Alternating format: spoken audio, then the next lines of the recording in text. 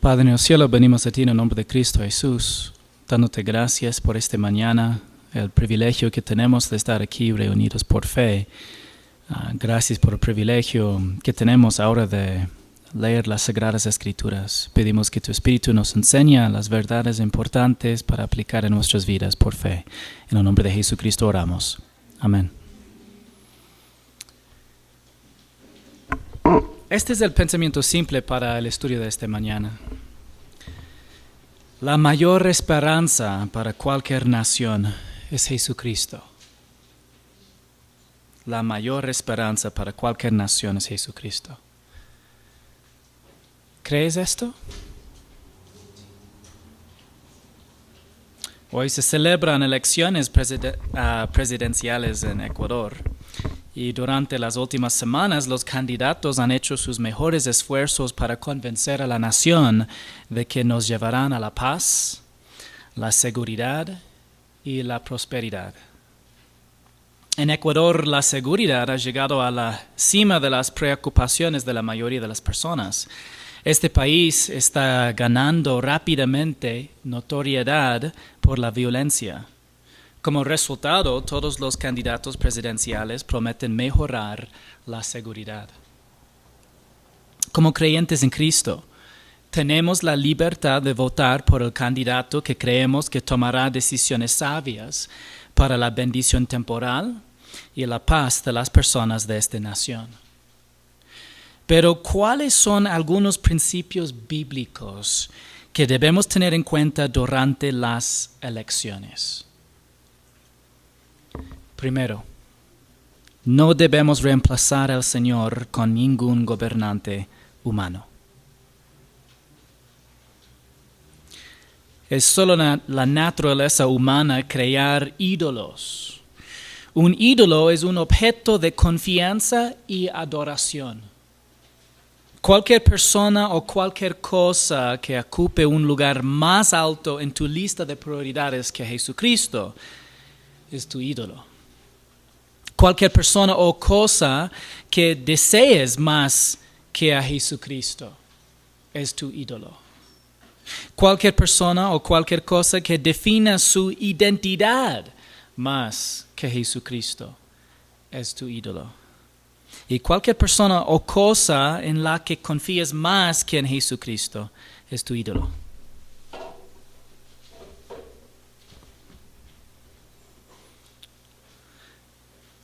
Si somos sensibles al ministerio del Espíritu Santo de Dios, el que busca enseñarnos la palabra de Dios, mientras leemos las Sagradas Escrituras, podemos sorprendernos al descubrir que cada uno de nosotros somos desesperadamente idólatras. Por lo tanto, no debería sorprendernos que naturalmente encontremos nuestra identidad en un candidato presidencial o partido político específico y erróneamente pongamos nuestra esperanza en ese ser humano pecador. Para muchas personas que anteriormente eran católicos, creen que la idolatría solamente es orar delante de una estatua o de tener estatuas en la casa. Y de hecho sí sabemos que no debemos tener estatuas de los santos, etc. Ni del mismo Señor Jesús no debemos tener estatuas. No debemos estar orando a las estatuas. Pero es muy fácil que ya podemos sentir que no tenemos ningún problema con la idolatría solamente por no orar delante de estatuas. Pero realmente la idolatría es un problema que está en lo más profundo de todo corazón humano. Y es porque naturalmente nosotros levantamos cosas en la vida para ser el objeto de nuestra adoración o confianza. Adoración en el sentido que viene primero en nuestras prioridades, o nuestra confianza en el sentido que nosotros vemos a tal persona o cosa como el fuente de nuestra seguridad o bendición. Israel cayó en la misma trampa. Por favor, abren sus Biblias conmigo en 1 de Samuel, capítulo 8, empezando en versículo 4. Leemos: Entonces se reunieron todos los ancianos de Israel y fueron a Samuel en Ramá. Y le dijeron, mira, has envejecido y tus hijos no andan en tus caminos. Ahora pues, danos un rey para que nos juzgue, como todas las naciones. Pero fue desagradable a los ojos de Samuel que dijeran, danos un rey que nos juzgue.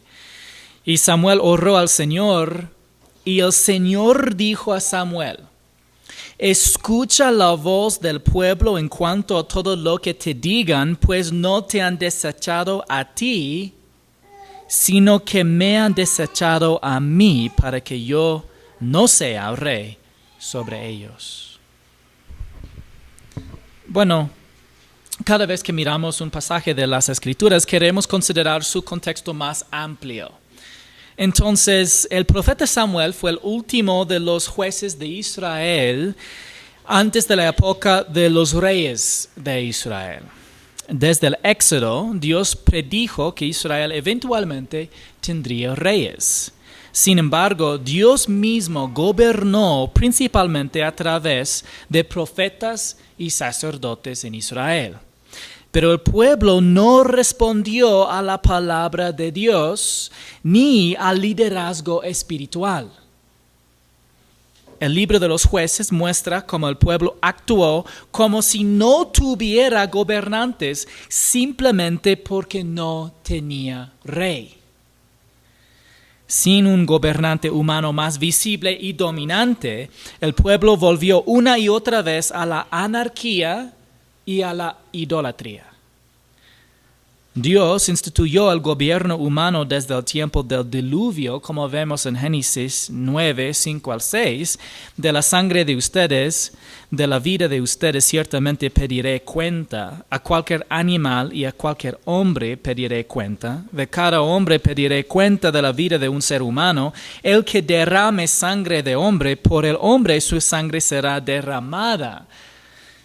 Porque a imagen de Dios hizo Él al hombre. No está simplemente hablando de un principio, como de que si tú matas a alguien en fin te va a matar. Esto no es el principio, tampoco vemos esto en todos los casos. Él estaba encargando a Noé y sus descendientes que ellos tenían que tomar la responsabilidad de juzgar a los asesinos. Antes del diluvio mundial, la tierra estaba llena de violencia, dice en Génesis 6:13. Y como resultado, después del diluvio, el Señor dio a los hombres la responsabilidad de gobernarse unos a otros, específicamente para frenar la violencia. Esta es la razón que en sí el gobierno humano no es malo, incluso es una responsabilidad dada por Dios. ¿Ya? Es la razón mismo que no vas a encontrar ningún versículo que dice que no puedes participar en la gobernación de los hombres. Es la verdad que es algo muy difícil, pero no hay ningún lugar que la prohíbe en las Sagradas Escrituras. La historia humana muestra que la humanidad siempre ha fallado, demostrando que necesitamos desesperadamente la gracia de Dios. El primer gobierno después del diluvio, ¿cuál fue? El mismo gobierno que formó el Torre de Babel, el fracaso humano. Más tarde, Dios creó a Israel para que fuera una nación especial que lo representara ante el mundo. Leemos en Éxodo 19, 5 y 6, ahora pues, si en verdad escuchan mi voz y guardan mi pacto, serán mi especial tesoro entre todos los pueblos, porque mía es toda la tierra. Ustedes serán para mí un reino de sacerdotes y una nación santa. Estas son las palabras que dirás a los israelitas. Un reino de sacerdotes y una nación santa. Nosotros cristianos hoy en día estamos más familiarizados con esta frase en 1 de Pedro. Pero realmente, originalmente fue dicho por Dios a la nación de Israel. La nación de Israel no necesitaba un rey porque el Señor mismo era su rey. Su ley cubría tanto cuestiones cívicas como espirituales. Bueno, en el contexto general, Samuel había envejecido y puso a sus hijos a cargo de gobernar a Israel. Y lamentablemente sus hijos eran corruptos. Y como resultado, el pueblo de Israel se había desanimado. Pero cuando se reunían, no buscaban la voluntad del Señor o una solución de Dios por los hijos corruptos de Samuel. Se les ocurrió su propia solución y como resultado de las difíciles circunstancias provocadas por el fracaso del liderazgo humano, el pueblo de Israel dejó de confiar en el Señor y exigió más liderazgo humano. Pueden entender la ironía de este caso.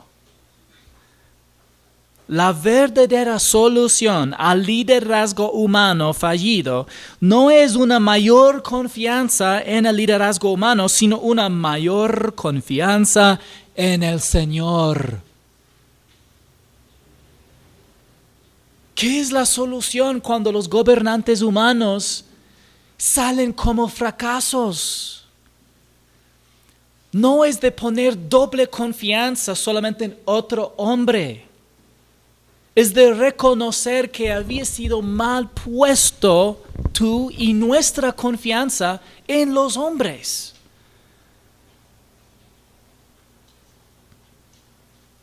¿Qué similitudes podemos identificar en nuestra tendencia humana natural hoy y las acciones de los hijos de Israel en el pasado? Somos tentados a confiar en las promesas y seguridad de un candidato dado más que en la fidelidad y la gracia suficiente de Cristo. Somos tentados a mirar a un gobernante humano imperfecto para que nos proporcione algo que solo el Señor puede proporcionar: la seguridad. Es fácil olvidar los principios espirituales que se entretejen en el tapiz de los libros de Reyes y Crónicas. El próximo año vamos a hacer otro desafío de lectura de toda la Biblia. Y les animo, cuando están leyendo en Reyes y Crónicas, tal vez preguntes por qué se repite todas las mismas historias. Para que aprendamos la lección. La condición espiritual de una nación afecta directamente su seguridad y prosperidad. El líder más brillante y capaz no puede evitar la eventual decadencia de una nación que abandona al Señor.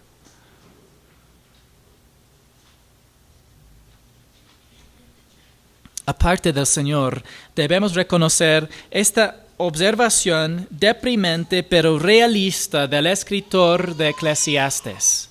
Él dijo: vi además que bajo el sol, es diciendo la vida terrenal en general, ¿ya? No es de los ligeros la carrera, ni de los valientes la batalla, y que tampoco de los sabios es el plan, ni de los entendidos las riquezas, ni de los hábiles el favor, sino que el tiempo y la suerte les llegan a todos.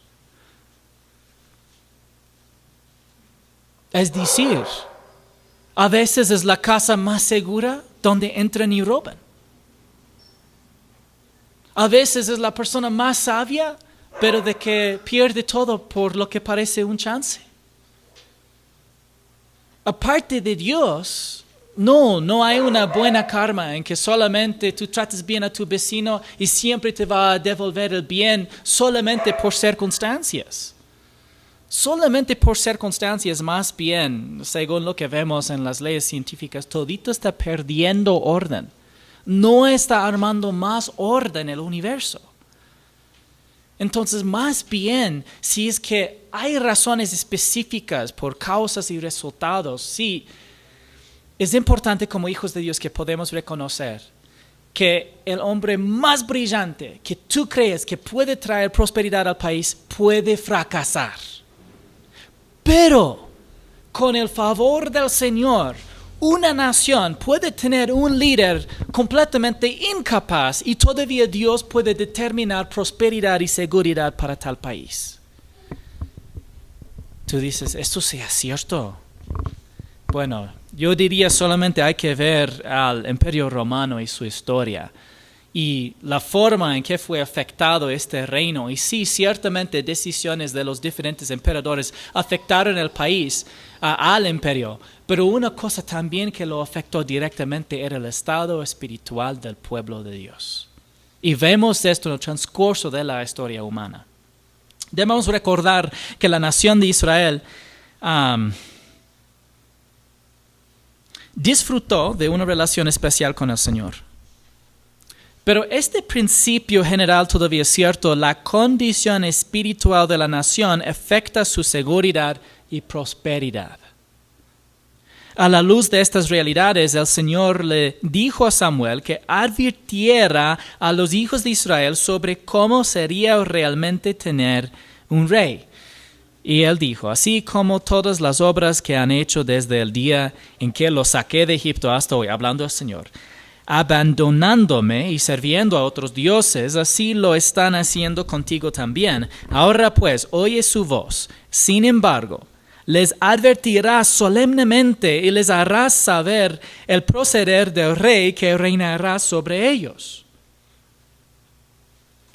Dios dijo, bueno, ellos prefieren el liderazgo humano al liderazgo divino. Y está bien, denles el rey que quieren, pero antes de darles el rey, adviérteles cómo habrá el rey. Y en los versículos 10 al 18, Samuel procedió a explicarle al pueblo cómo los reyes de Israel abusarían del poder y someterían al pueblo. A veces sentimos que solamente está en el día actual, solamente está en este siglo que hay corruptos. Hermanos y hermanas, hasta que Dios advirtió y dijo a Israel, ¿seguro que quieres rey? Porque con tanto poder va a ser corrupto, pues. ¿Y cómo respondieron a la advertencia de Dios? No obstante, el pueblo rehusó oír la voz de Samuel y dijeron, no, sino que habrá rey sobre nosotros a fin de que seamos como todas las naciones, para que nuestro rey nos juzgue, salga delante de nosotros y dirija nuestras batallas. La nación de Israel quería un rey por 4 razones. Querían ser como otras naciones. Querían un hombre que los gobernara. Querían que él los representara. Y querían que él les proporcionara seguridad. Tú dices, ¿estos son cosas tan malas? Bueno, vamos a entender el fondo espiritual de estas peticiones. Uno es, en general, la naturaleza humana busca la conformidad con el patrón general del mundo. Querían ser como las otras naciones. No decían, somos únicos.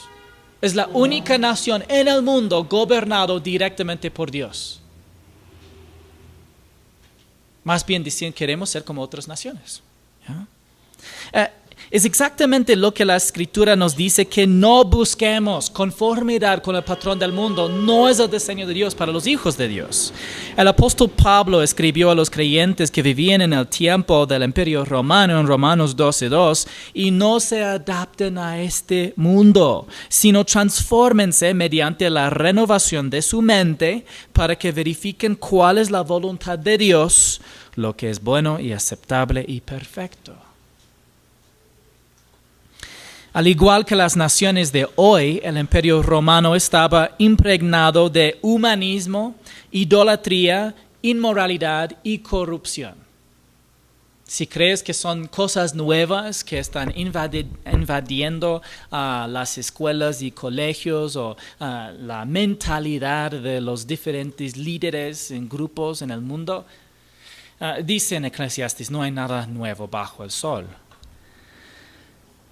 Estas son simplemente expresiones de la naturaleza pecaminosa y los resultados de la influencia satánica. No debemos estar sorprendidos por ver lo que está sucediendo en el mundo. Como creyentes en Cristo, no debemos querer ser como los demás. Debemos querer ser como Jesús. Aunque tenemos gobernantes humanos, la palabra de Dios es el juez final de la verdad y el juez de lo que es realmente bueno. La sociedad va a siempre cambiar. Justo anoche estaba leyendo un artículo escrito por un teólogo, pero historiador, que estaba describiendo cómo la cristianidad en los últimos 100 años ha pasado aproximadamente por 3 diferentes siglos de interacción con la cultura. Y la cultura, podemos decir, mundial, aunque el énfasis era la cultura en los Estados Unidos, pero a veces en casos buenos y a veces en casos malos, lo que pasa en los estados ya refleja y resulta y llega a otros países. Y la cristianidad ha enfrentado cambios en la cultura. Pero ¿sabes lo que no ha cambiado? La palabra.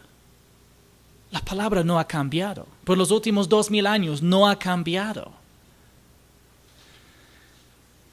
Y debemos preguntarnos qué es bueno o qué es la voluntad de Dios, según la palabra escrita de Dios.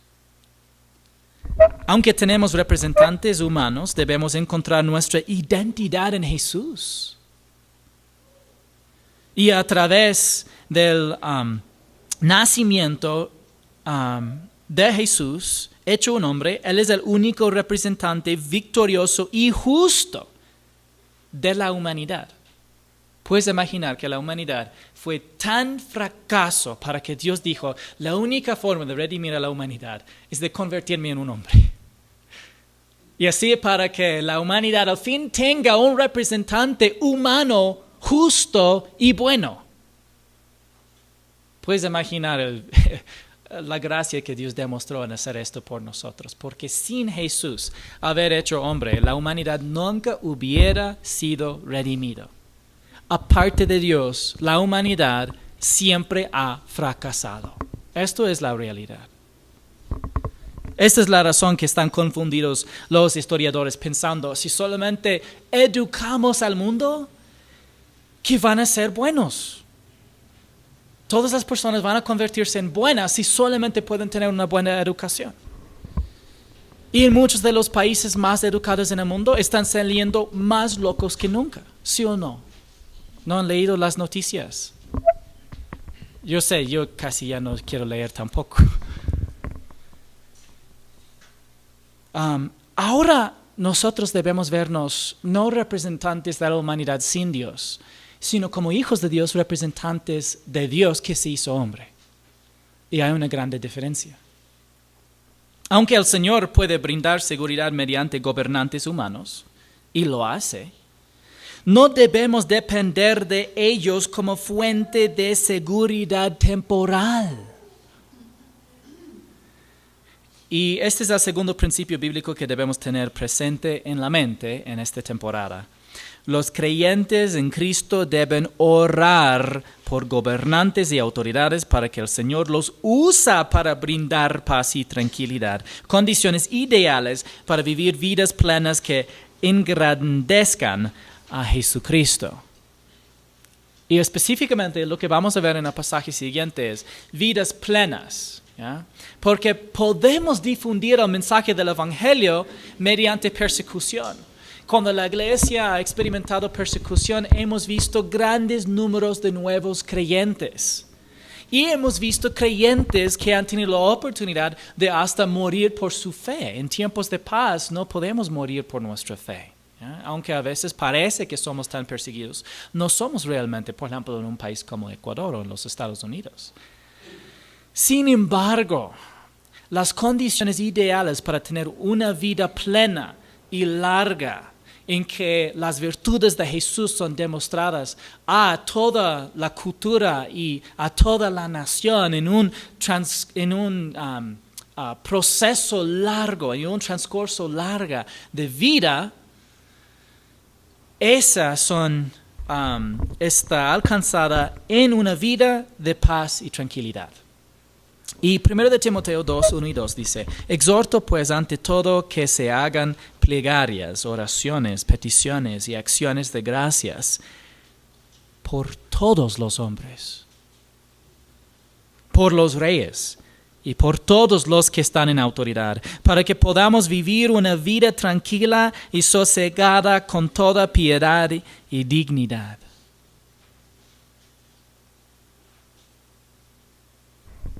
¿Cuándo fue la última vez que tú actualizaste tu lista de oración?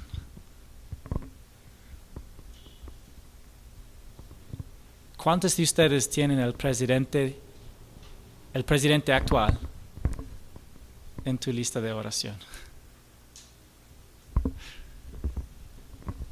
Les doy el desafío, hermanos. Es un orden de las Sagradas Escrituras de orar por el presidente más odiado, más incapaz. No estoy hablando del presidente actual. No sé quién sea el más odiado o incapaz, ¿ya? Las Sagradas Escrituras nos dan en orden de orar por el presidente. Dios provee paz y tranquilidad en respuesta a las oraciones de los creyentes por los líderes nacionales. Nosotros mirando a un hombre esperando que Él puede darnos paz y tranquilidad, y Dios dice, no, yo quiero que tú ores por Él, y en respuesta a tus oraciones yo daré la paz y tranquilidad. Es la razón que nos toca orar por ellos. Y muchas veces fácilmente todos nosotros podemos con el dedo indicar al hombre o la mujer en cualquier puesto de autoridad en el país y culparles a ellos por no cumplir sus trabajos. Pero ¿cuál trabajo nos dio Dios? Y no lo podemos hacer por más fácil que sea. Simplemente conversar con nuestro Padre es tan difícil. Por la carne, sí. Pero solamente es por la naturaleza humana. No es porque sea una acción tan difícil. ¿Por qué Dios escucharía tus oraciones? Bueno, uno, porque eres un hijo de Dios. Eres un hijo de Dios. Dice Mateo 7, 9 al 11, ¿o qué hombre hay entre ustedes que si su hijo le pide pan le dará una piedra? ¿O si le pide un pescado le dará una serpiente? Nadie, ¿no es cierto? Pues si ustedes siendo malos, hermanos, somos malos, no somos buenos, saben dar buenas dádivas a sus hijos, cuánto más su Padre que está en los cielos dará cosas buenas a los que le piden. También Dios escucha tus oraciones porque te manda orar. ¿Cómo no te va a escuchar si Él te dice que ore? Y tal vez tienes algún familiar que tú dices, por favor que me llame. Y cuando tú llamas, ellos siempre no contestan, ¿ya? Dios no es así. Les prometo, Dios no es así. Hebreos 4:16 dice, por tanto, acerquémonos con confianza al trono de la gracia, para que recibamos misericordia y hallemos gracia para la ayuda oportuna. Acerquémonos es un imperativo, es un orden. Dios también escucha tus oraciones porque has desarrollado una amistad personal con el Señor. Y si no, hoy es un buen día para empezar de realmente desarrollar una amistad personal con Él. Juan 15:7 dice, si permanecen en mí y mis palabras permanecen en ustedes, piden lo que quieran y les será hecho. Cuando habla de permanecer, está hablando de nuestra forma de vida, de reposar en Él, de seguir dependiendo de Él. Y de mantenerse en su palabra para conocerlo mejor. ¿Cómo nos ve Dios cuando oramos para los hombres, especialmente para aquellos en posiciones de autoridad. Dice, porque esto es bueno y agradable delante de Dios nuestro Salvador, el cual quiere que todos los hombres sean salvos y vengan al pleno conocimiento de la verdad. Porque hay un solo Dios y también un solo mediador entre Dios y los hombres, Cristo Jesús, hombre, quien se dio a sí mismo en rescate por todos, testimonio dado a su debido tiempo. Orar por los gobernantes es bueno y agrada a Dios.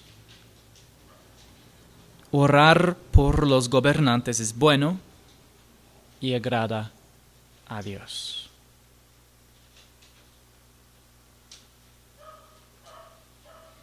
¿Cómo describe el apóstol Pablo a Dios nuestro Salvador? Bueno, él desea que todas las personas se salven y lleguen al conocimiento de la verdad. Nadie va al infierno porque Dios quiso que lo va allí. El lago de fuego fue creado originalmente por Satanás y sus demonios. La humanidad se unió a la rebelión de Satanás contra Dios y así se unió a ese destino final. Pero Dios nos amó tanto que nos proporcionó una forma de escapar la condenación.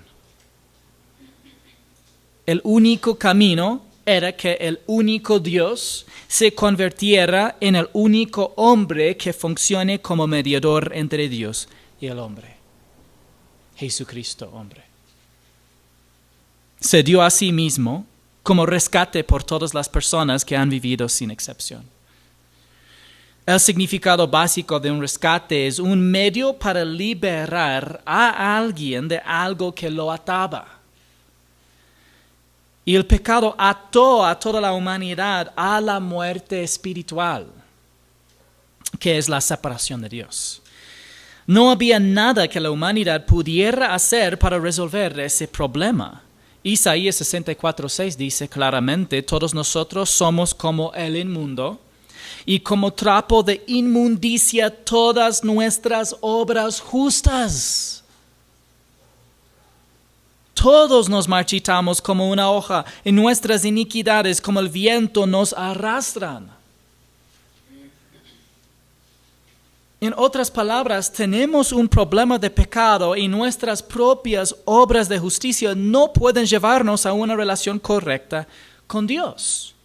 Naturalmente pensamos que podemos hacer que nuestras buenas obras superen nuestros pecados y como resultado Dios nos aceptará.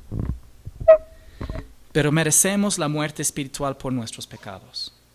Y Dios sería injusto si nos perdonara sin hacer ese pago. Si Dios aceptaría que vayas a la iglesia para quitar el pecado, Dios no sería justo. Si Dios aceptara que tus buenas obras podían quitar el pecado, Dios no sería justo. Si aceptara el diezmo o bautismo para quitar el pecado, Dios no sería justo porque como un juez justo, Dios exige la muerte.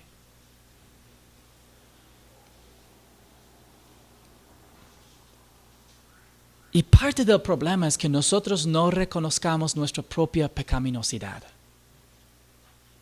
Sabes que muchas veces cuando hablo con los jóvenes en la clínica de recuperación de drogadicción, muchas veces los muchachos nuevos, cuando hablamos acerca del Evangelio, dicen que creen que los asesinos son los que merecen ir al infierno.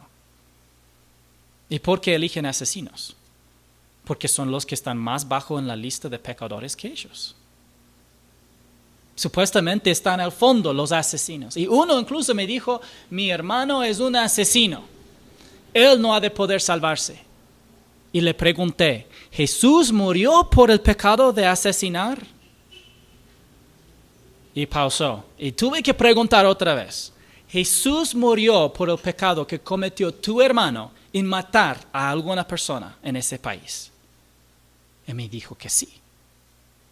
Entonces le dije, si Jesús murió por su pecado, ¿puede él ser perdonado? Ahí ya la respuesta era obvio, que sí.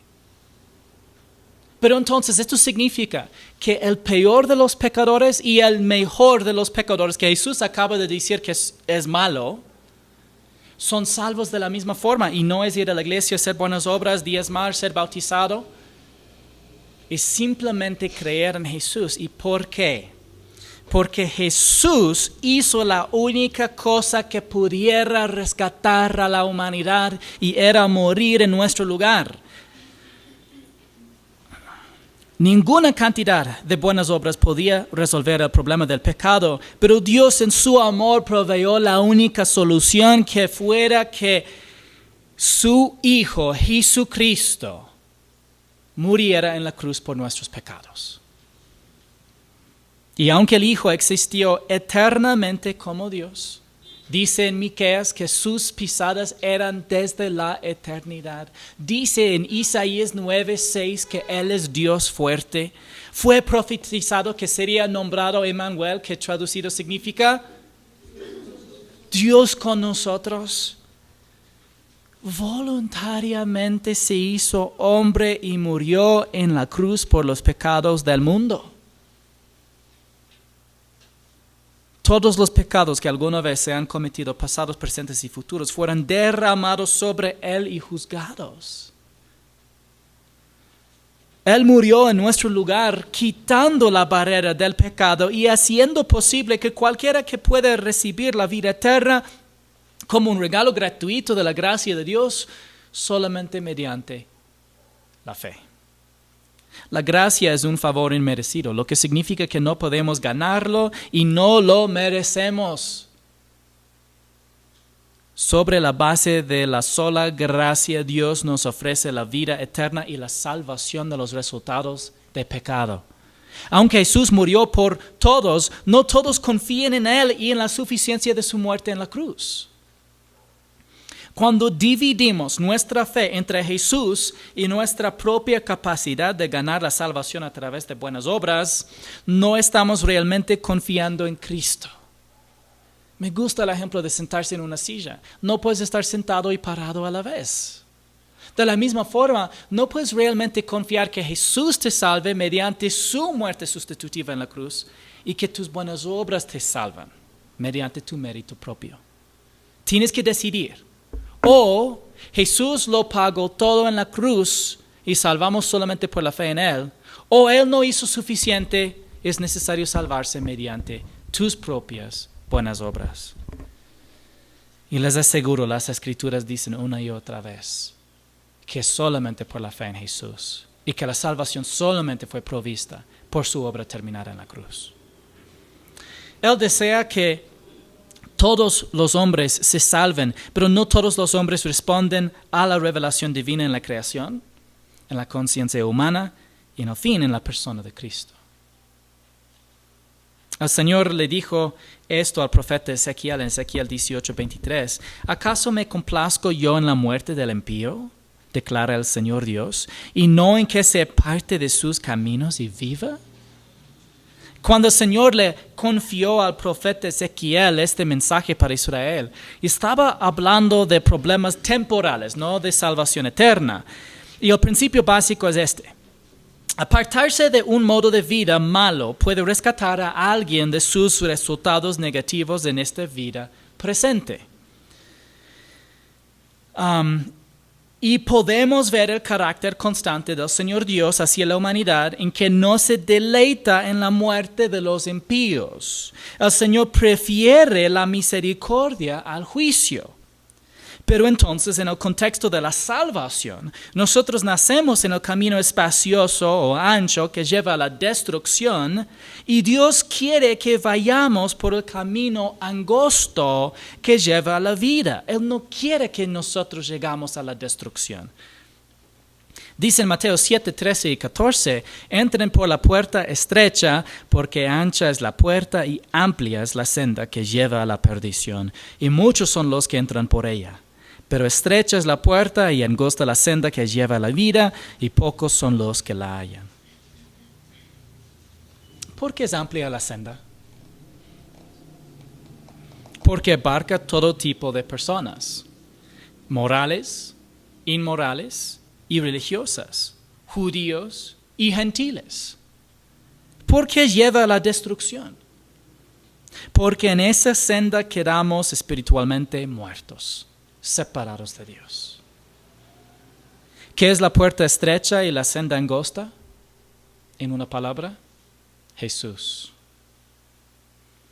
¿Por qué es estrecha y angosta? Porque solo podemos ser salvos a través de la fe en Jesucristo. Juan 14:6 dice, Jesús les dijo, yo soy el camino, la verdad y la vida. Nadie viene al Padre sino por mí. Nadie viene al Padre por la Virgen María. Nadie viene al Padre a través de una organización religiosa. Nadie viene al Padre a través de un sacerdote. Nadie viene al Padre a través de un pastor. Las almas perdidas solo vienen al Padre a través de Jesús. Podemos traer personas a Jesús, pero Él es el único Dios y Salvador, el miembro visible de la deidad que trae a otros a una relación personal consigo mismo y con el Padre. Segundo de Corintios 4, 5 y 6 dice, porque no nos predicamos a nosotros mismos, sino a Cristo Jesús como Señor y a nosotros como siervos de ustedes por amor de Jesús. Pues Dios que dijo de las tinieblas resplandecerá la luz, es Él que ha resplandecido en nuestros corazones para iluminación del conocimiento de la gloria de Dios en el rostro de Cristo. Puedes reconocer fácilmente a un falso maestro o un falso evangelio cuando alguien se proclama a sí mismo o a una organización en lugar de Jesucristo. Ojo, hermanos, por favor.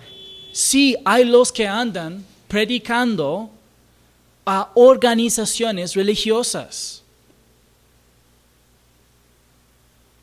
Hay los que proclaman sí mismos. El evangelio no se trata de nadie ni nada sino Cristo. En cambio, nosotros proclamamos a Jesucristo como Señor, lo que significa que Jesucristo es Yahweh.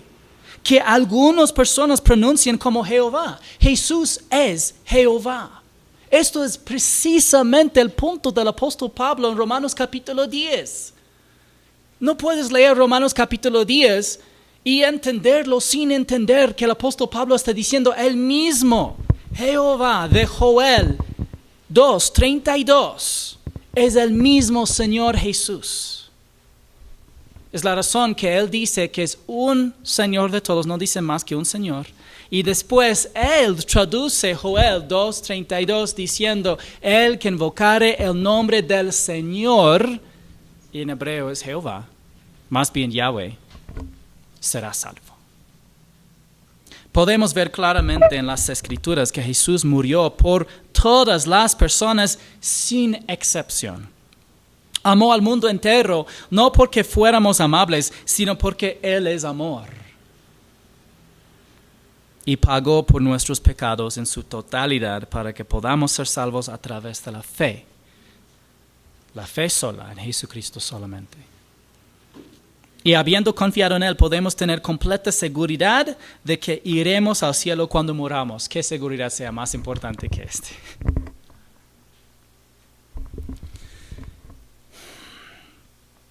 ¿Qué debe hacer un hijo de Dios a la luz de estos versículos? Ore por la paz y comparta el evangelio. Hemos oído y creído el mensaje del evangelio. Como resultado tenemos todas las razones para compartir las buenas nuevas del evangelio con los demás. ¿Por qué a veces Dios no contesta nuestras oraciones? Bueno, 1. Pedimos por las razones equivocadas. Santiago 4:3 dice, piden y no reciben porque piden con malos propósitos para gastarlo en sus placeres. Somos egoístas por naturaleza, créeme o no. Y lo más común es que oremos por nuestras propias necesidades y deseos, no porque estemos preocupados por los demás. ¿Sí o no? La oración más fácil que oramos nosotros más frecuentemente es pidiendo ayuda por nosotros mismos. Pedimos sin considerar la voluntad del Señor es otro problema. 1 de Juan 5, 14 y 15 dice, esta es la confianza que tenemos delante de Él, que si pedimos cualquier cosa conforme a su voluntad, Él nos oye. Y si sabemos que Él nos oye en cualquier cosa que pidamos, sabemos que tenemos las peticiones que le hemos hecho. Solamente para mencionar, ya de decir a Dios, por favor, que dé un plato de comida a los que no lo tienen, no es realmente orar directamente por los demás, ¿ya? Sabemos orar de una forma más específica para nosotros. Para los demás, solamente en general, ayúdales, ¿ya? Y yo les cuento otra vez que en la misma clínica donde trabajo, todos los jóvenes oren por un plato de comida para los que no lo tienen, ¿ya? Pero solamente, creo que 1 o 2 veces, y solamente después de escuchar a mí orar, escuché ellos orar por los otros chicos que habían ya salido de la clínica.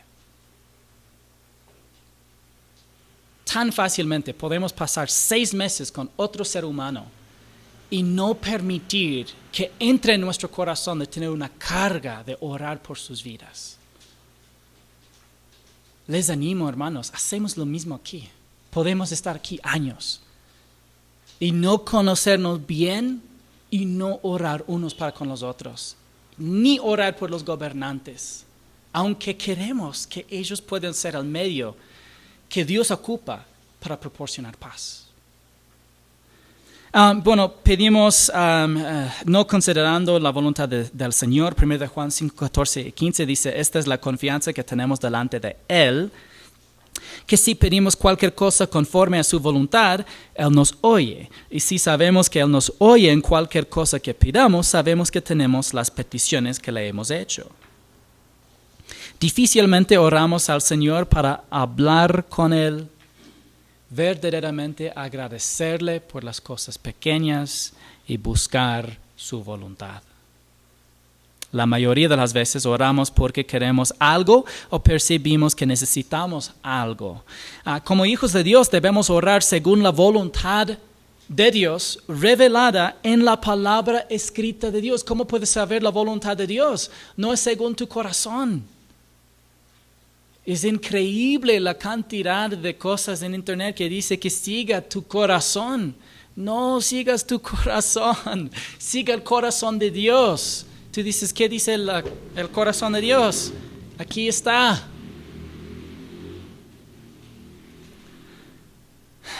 El Padre no es un genio en una botella que nos da un cierto número de deseos. Esperamos tiempo y cargamos más deseos y pedimos otra vez.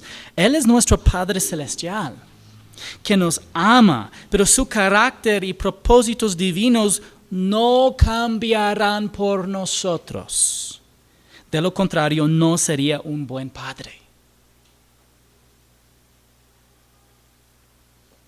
Pedimos, pero el resto del pueblo ha abandonado al Señor a veces. Ezequiel 14, 12 y 14 dice, entonces vino a mí la palabra del Señor, Hijo de hombre, si un país peca contra mí cometiendo infidelidad, yo extiendo mi mano contra él, destruyo su provisión de pan y envío hambre contra él y corto de él hombres y animales, y aunque estos 3 hombres, Noé, Daniel y Job, estuvieron en medio de ese país, solo ellos se salvarían a sí mismos por su justicia, declara el Señor. Puede ser desgarrador presenciar a un pueblo que rechaza las verdades de la palabra de Dios. Pero no podemos cambiar su voluntad, y el Padre generalmente no perdonará a una nación entera por el bien de unos pocos creyentes que caminan en justicia por la fe en Dios y sus promesas. Esta es una razón para compartir el Evangelio con otros. Incluso si la nación es destruida, a través del Evangelio muchas almas serán salvadas. Pero la mayor esperanza para que la nación se salve es que más personas se salven y luego experimentan una transformación espiritual por el poder del Espíritu de Dios. Bueno, este es el tercer y último principio bíblico final que debemos tener en cuenta. Los hijos de Dios están llamados a honrar a quien Dios eleve a la autoridad en la nación. Están llamados a honrar a quien Dios eleve a la autoridad en la nación. Primera de Pedro 2, 13 al 17, sométanse por causa del Señor a toda institución humana, ya sea al rey como autoridad o a los gobernadores como enviados por él para castigo de los malhechores y alabanza de los que hacen el bien. Él está hablando en principio, no en práctica. El apóstol Pedro está escribiendo a cristianos mismos que son perseguidos a veces por el mismo gobierno. Pero Él les da el principio general de su función, volviendo todo desde Génesis capítulo 9, el propósito del gobierno humano. Y aunque no funcione completamente como debería, sí funcione en el sentido que sin el gobierno, el pueblo vuelve a la anarquía. Pero dice, porque esta es la voluntad de Dios, que haciendo bien ustedes hagan enmudecer la ignorancia de los hombres insensatos, su testimonio público. Anden como libres, pero no usen la libertad como pretexto para la maldad. Somos libres realmente de la autoridad y dominio de pecado. No somos libres para pecar, sino empléenla como siervos de Dios. Honren a todos, amen a los hermanos, teman a Dios, honren al Rey. Son unas instrucciones simples, ¿no? Honren a todos en general. Amen a los hermanos.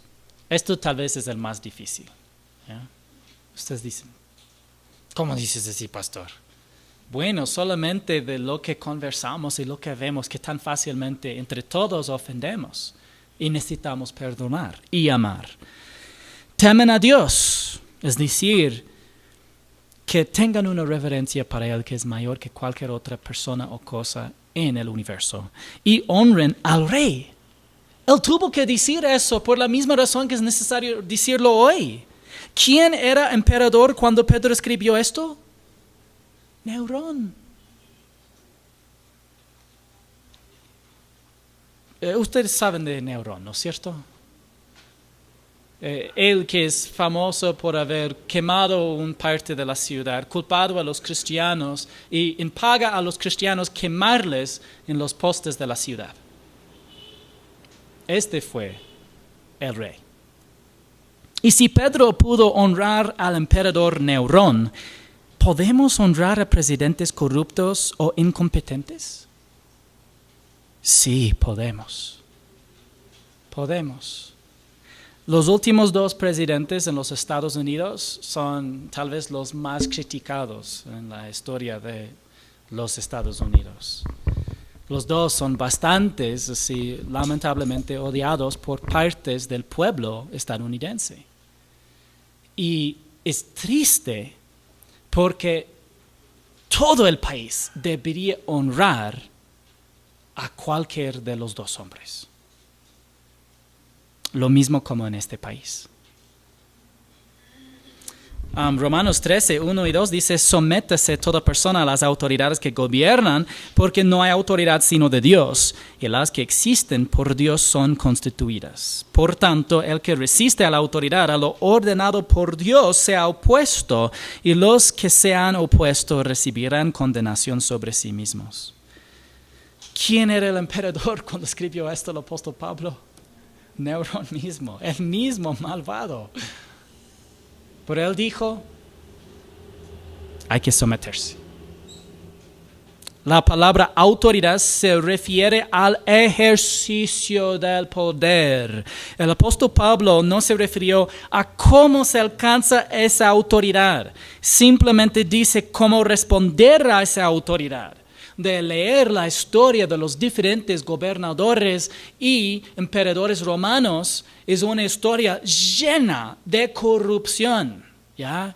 Y asesinatos y temas políticos que le hace la política moderna parece como algo muy lindo y tranquilo en comparación. Pero vivimos en una época en la que las elecciones son muy disputadas, ¿sí o no?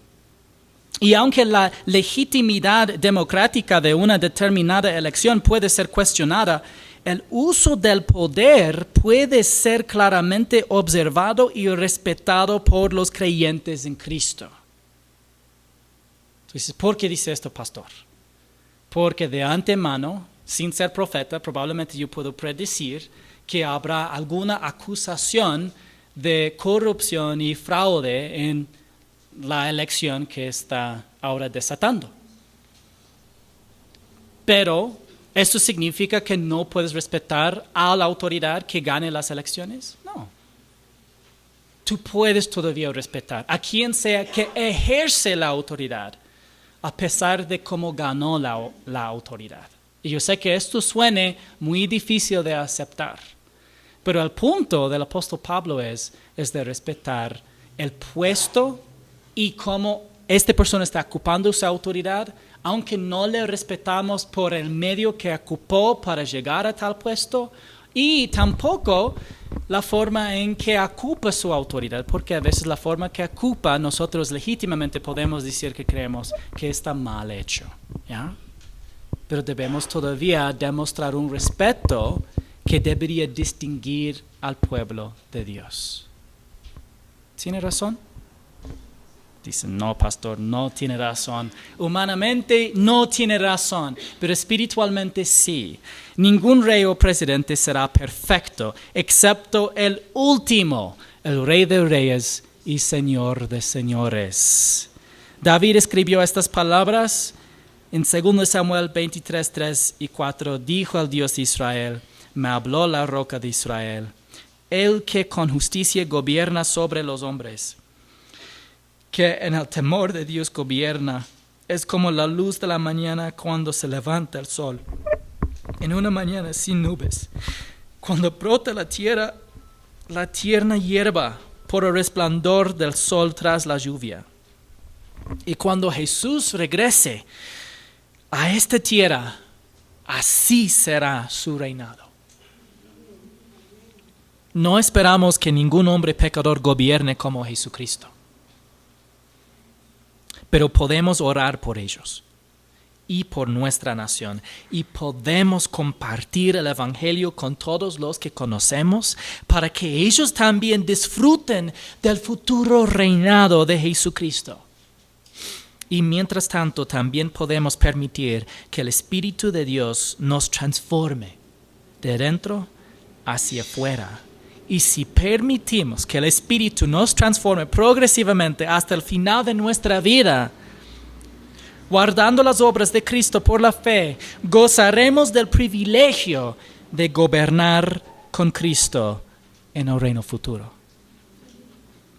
Apocalipsis 2, 25 al 27 dice, no obstante, lo que tienen, reténgalo hasta que yo venga. Al vencedor, al que guarda mis obras hasta el fin, le daré autoridad sobre las naciones y las regirá con vara de hierro, como los vasos del alfarero son hechos pedazos, como yo también he recibido autoridad de mi Padre. De alguna manera, la vida espiritual presente nos prepara para gobernar con Jesucristo. Por lo tanto, no descanse su esperanza en ningún candidato. Vota, pero con tu fe puesta en la persona y las promesas de Dios. Confía solo en Jesús y comparte sus buenas noticias con los demás. No permite que los resultados de las elecciones te deprimen ni te animan de sobremanera. Encuentra tu gozo, tu identidad, seguridad y esperanza en aquel que murió por ti y resucitó. Y así ven, Señor Jesús.